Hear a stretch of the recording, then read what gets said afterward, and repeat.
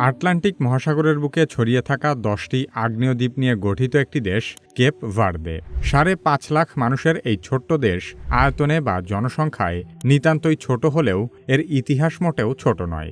অতীতে এই দ্বীপগুলো ছিল আটলান্টিক দাস ব্যবসার কেন্দ্রবিন্দু। হাজার হাজার মানুষের কান্না আর যন্ত্রণার অন্ধকার অতীত পেরিয়ে কেপ ভার্দে বর্তমানে আফ্রিকার সবচেয়ে উন্নত দেশ হয়ে উঠেছে। মার্কিন প্রেসিডেন্ট বারাক ওবামা বলেছিলেন, কেপ ভার্দে আফ্রিকার প্রকৃত সাফল্যের প্রতীক।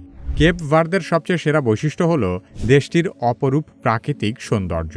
নীল জল সমুদ্র, সাদা বালুর সৈকত আর রুক্ষ আগ্নেয় পাহাড়ের সৌন্দর্য মিলিয়ে দেশটি যেন ছবির মতো সুন্দর।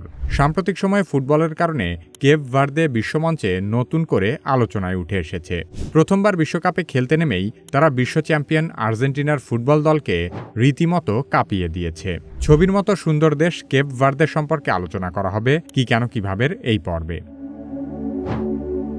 আফ্রিকার পশ্চিম উপকূল সেনেগাল থেকে প্রায় 570 কিলোমিটার দূরে আটলান্টিক মহাসাগরের মাঝখানে ছড়িয়ে থাকা 10টি আগ্নেয় দ্বীপ এবং কয়েকটি ছোট ছোট দ্বীপপুঞ্জ নিয়ে গঠিত দেশ কেপ ভার্দে। পর্তুগিজ ভাষায় দেশটির সরকারি নাম কাবো ভার্দে, যার অর্থ সবুজ অন্তরীপ। জনসংখ্যার দিক থেকে কেপ ভার্দে আফ্রিকার সবচেয়ে কম জনবহুল দেশগুলোর একটি।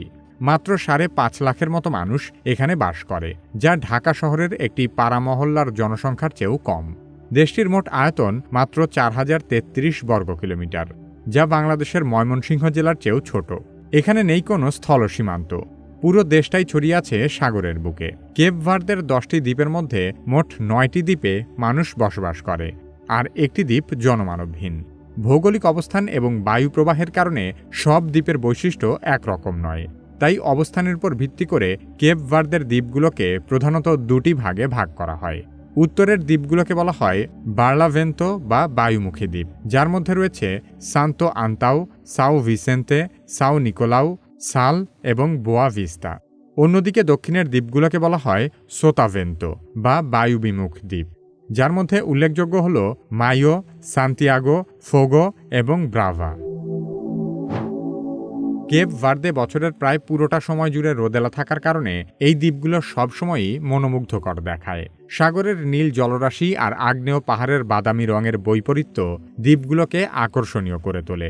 এই সৌন্দর্যের সবচেয়ে উজ্জ্বল রূপ ফুটে ওঠে সাল আর বোয়া ভিস্তা দ্বীপে। সাগরের স্বচ্ছ নীল জল, সাদা বালুর সৈকত আর পাহাড়ি দৃশ্য মিলিয়ে এই দ্বীপ দুটি বিশ্বের অন্যতম আকর্ষণীয় সমুদ্র সৈকত গন্তব্যে পরিণত হয়েছে। প্রাণীজগতের কারণেও বোয়া ভিস্তা দ্বীপের এই বালুকাময় সৈকতগুলোর একটি আলাদা পরিচয় আছে। প্রতিবছর জুন থেকে অক্টোবর মাসের মধ্যে লগারহেড প্রজাতির সামুদ্রিক কচ্ছপ এখানে ডিম পাড়তে আসে। কয়েক দশক ধরে চলা সংরক্ষণ প্রচেষ্টার ফল হিসেবে সম্প্রতি এখানে কচ্ছপের বাসা বাঁধার সংখ্যা বিস্ময়করভাবে বেড়েছে। বোয়া ভিস্তার পাশের দ্বীপ সাল, এখানকার নিষ্ক্রিয় আগ্নেয়গিরির জ্বালামুখের ভেতরে পেদ্রা দি লুমি নামে একটি বিশেষ লবণ হ্রদ তৈরি হয়েছে। এই হ্রদের পানিতে লবণাক্ততার পরিমাণ এতই বেশি যে সাঁতার না জেনেও এখানে অনায়াসে ভেসে থাকা যায়। এই দ্বীপে একটি প্রাকৃতিক সিঙ্কহোল আছে, স্থানীয়ভাবে যা ব্লু আই বা নীল চোখ নামে পরিচিত।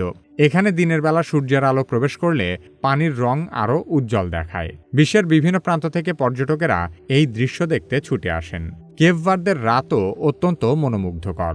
শহুরে আলোকদূষণ না থাকায় এখানকার আকাশে খালি চোখেই অসংখ্য তারা দেখা যায়, যা একে তারকা পর্যবেক্ষণের জন্য এক আদর্শ জায়গায় পরিণত করেছে। ধারণা করা হয় প্রায় 4 থেকে 5 কোটি বছর আগে আগ্নেয়গিরির অগ্ন্যুৎপাত থেকে কেপ ভার্দের দ্বীপগুলো জন্ম নিয়েছিল। এই আগ্নেয় উৎপত্তির কারণেই দ্বীপগুলোর ভূপ্রকৃতি অনেকটাই বৈচিত্র্যময়। পূর্ব দিকের সাল, বোয়া ভিস্তা আর মাইও দ্বীপ তুলনামূলকভাবে সমতল, শুষ্ক এবং দীর্ঘ বালুকাময় সৈকতে ভরা। অন্যদিকে পশ্চিমের দ্বীপগুলো পাহাড়ি খাড়া পাথুরে উপকূল আর গভীর উপত্যকায় ঘেরা। ফোগো দ্বীপের পিকো দো ফোগো কেপ ভার্দের সর্বোচ্চ চূড়া, যার উচ্চতা 2829 মিটার, আর এটি এখনও সক্রিয় এক আগ্নেয়গিরি। 2014 সালে এই আগ্নেয়গিরির অগ্ন্যুৎপাতের ফলে দ্বীপের বাসিন্দাদের সাময়িকভাবে সরিয়ে নেওয়া হয়েছিল। আগ্নেয়গিরির পাশাপাশি এখানকার জলবায়ু কেপ ভার্দের ভূপ্রকৃতি গঠনে গুরুত্বপূর্ণ ভূমিকা রেখেছে। এই দেশের জলবায়ু শুষ্ক ও অর্ধ মরুভূমি ধরনের। এখানে বছরের বেশিরভাগ সময় আকাশ পরিষ্কার থাকে এবং বৃষ্টিপাতও খুব কম হয়। অন্যদিকে শীতকালে সাহারা মরুভূমি থেকে আসা ধুলো বাতাসে মিশে আকাশ ঝাপসা করে দেয়। আগ্নেয়গিরি আর শুষ্ক আবহাওয়ার কারণে দেশটিতে কোনো স্থায়ী নদী নেই। কেপ ভার্দের উঁচু পাহাড়ি এলাকায় মেঘ থেকে জমা আর্দ্রতায় গড়ে উঠেছে ছোট ছোট সবুজ বনভূমি, যা বিজ্ঞানীদের কাছে কেপ ভার্দে দ্বীপপুঞ্জের ড্রাই ফরেস্ট ইকোসিস্টেম নামে পরিচিত। শুষ্ক উপকূল আর আর্দ্র পাহাড়ের এই বৈসাদৃশ্যই কেপ ভার্দেকে দিয়েছে তার অনন্য প্রাকৃতিক বৈচিত্র্য।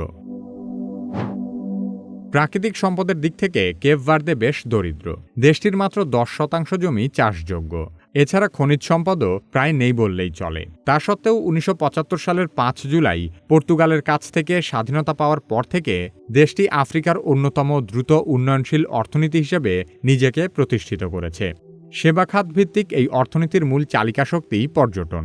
দেশের মোট দেশজ উৎপাদনের 4 ভাগের প্রায় 1 ভাগই আসে পর্যটন খাত থেকে। 1997 সালের দিকে দেশটিতে প্রায় 45,000 পর্যটক বেড়াতে আসত, যা 2018 সালের দিকে বেড়ে দাঁড়ায় 7,65,000-এ। মূলত সাল এবং বোয়াভিস্তা দ্বীপের সাদা বালুর সৈকতই ইউরোপীয় পর্যটকদেরকে কেপ ভার্দেতে টেনে নিয়ে আসে। বিদেশে থাকা কেপ ভার্দীয়দের পাঠানো অর্থ দেশের অর্থনীতিতে খুবই গুরুত্বপূর্ণ ভূমিকা রাখে, যা মোট দেশজ উৎপাদনের প্রায় 20% সমান। 2024 সালে কেপ ভার্দের অর্থনীতি প্রায় 7.5% প্রবৃদ্ধি অর্জন করেছে, যার মূল চালিকা শক্তি ছিল পর্যটন খাতের পুনরুত্থান এবং সেবা খাতের সম্প্রসারণ। 2007 সালে বিশ্বব্যাংক কেপ ভার্দেকে নিম্ন মধ্যম আয়ের দেশের তালিকায় তুলে আনে, আর 2025 সালের জুলাই মাসে দেশটি উচ্চ মধ্য আয়ের দেশের কাতারে উন্নীত হয়। 2013 সালে তৎকালীন মার্কিন প্রেসিডেন্ট বারাক ওবামা কেপ ভার্দেকে আফ্রিকার প্রকৃত সাফল্যের গল্প বলে উল্লেখ করেছিলেন। আফ্রিকার ছোট্ট একটি দেশ হয়েও 2026 সালের ফিফা বিশ্বকাপে কেপ ভার্দে বিশেষ জায়গা করে নিয়েছে। নীল হাঙর নামে পরিচিত কেপ ভার্দের ফুটবল দল গ্রুপ পর্বে স্পেনের বিপক্ষে গোলশূন্য ড্র করে সবাইকে চমক দেখায়। এরপর উরুগুয়ের বিপক্ষেও দলটি ড্র করেছিল। এরপর নকআউট পর্বে কেপ ভার্দের প্রতিপক্ষ হয় বর্তমান বিশ্ব চ্যাম্পিয়ন আর্জেন্টিনা। রোমাঞ্চকর সেই ম্যাচে 3-2 গোলে পরাজিত হয়ে বিশ্বকাপ থেকে বিদায় নিলেও কেপ ভার্দে আলোচনার কেন্দ্রবিন্দুতে উঠে আসে। অতিরিক্ত সময় পর্যন্ত গড়ানো ম্যাচে পুরোটা সময় জুড়ে তারা আর্জেন্টিনাকে রীতিমতো চাপে রেখেছিল। তাই সেই ম্যাচে হেরে গেলেও কেপ ভার্দে রাতারাতি ফুটবল বিশ্বে জনপ্রিয় দল হয়ে ওঠে।